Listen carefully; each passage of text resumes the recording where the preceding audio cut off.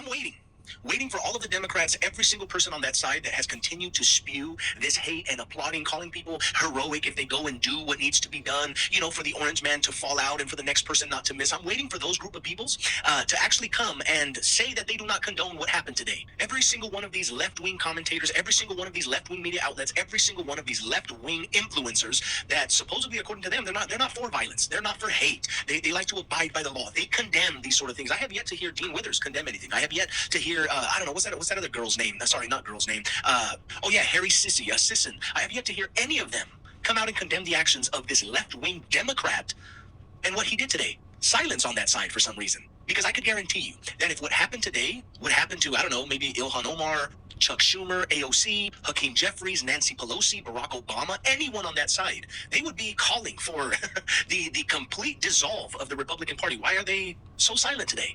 Hey Adam, look, I have a little tiny mic too. Yours is a little bit more bushy. I feel like you need to trim it a little bit. Mine's more maintained and pink like a sissy, but that's not the point of the video. The point of the video is I've seen you come across my FYP, and sometimes I'll watch your videos, and it's not because of your non-intellectual hot takes or your lack of grammar, as in this video. You don't say group of peoples. Don't add an S onto that because peoples are a plural, so you don't need to add that S. It's group of people.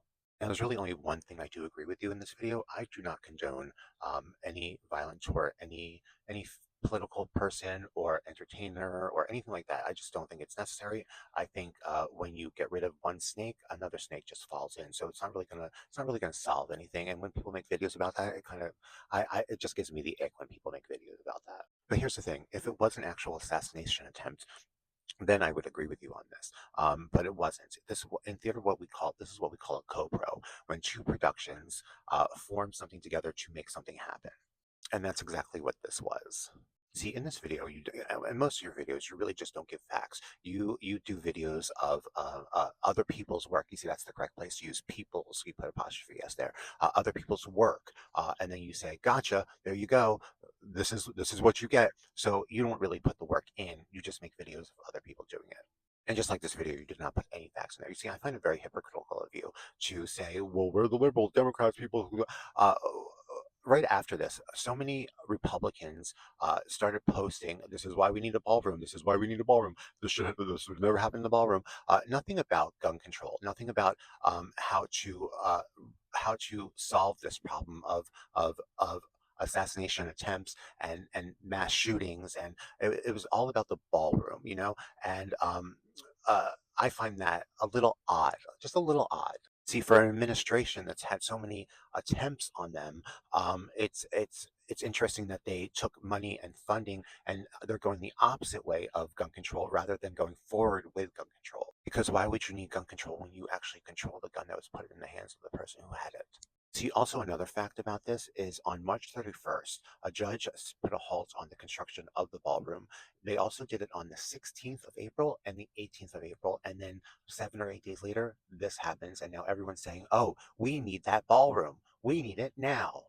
And that could just be a coincidence, but I don't think it is. I also think this is notable to say is that the person who, Cole Allen Thomas, the person who was arrested, has no criminal background, right? He also designed games that has no guns in it, not one gun. They're non-violent intellectual games. And this is a guy who's also been in a room at an event with the second lady, but that can also be a coincidence, right? That can also be a coincidence. And here's also another thing. In that video, you also brought up Ilhan Omar. And I remember when a substance got thrown on her, so many people on the right side said, "That was staged. That was staged. That didn't really happen. Look at the way that they're acting. Look how forced that was. And this was all an act." And I feel that you did not make a video condemning those words and those thoughts of saying that this was staged when someone got assaulted with a substance. And that's why I say your videos are more about your moral superiority complex than anything else. Because you think your morals are at a higher standard than everyone else's when when your morals are really just about the fucking same.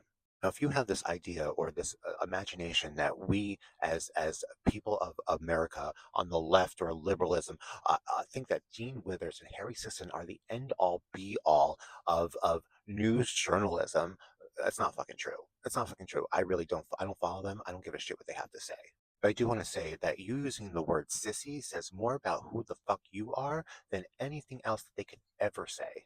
See, that word sissy comes from the 18th, 19th century.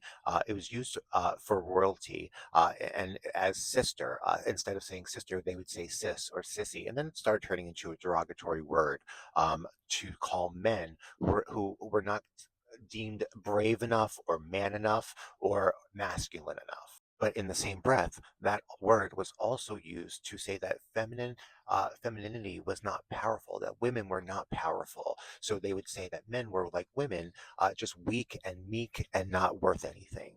I don't know. In my own fucking opinion, I'd rather be called a sissy or be seen as a sissy and seen and know that femininity is powerful and has strength than to be clumped into masculinity as when they're most of them are rapists and PDFs.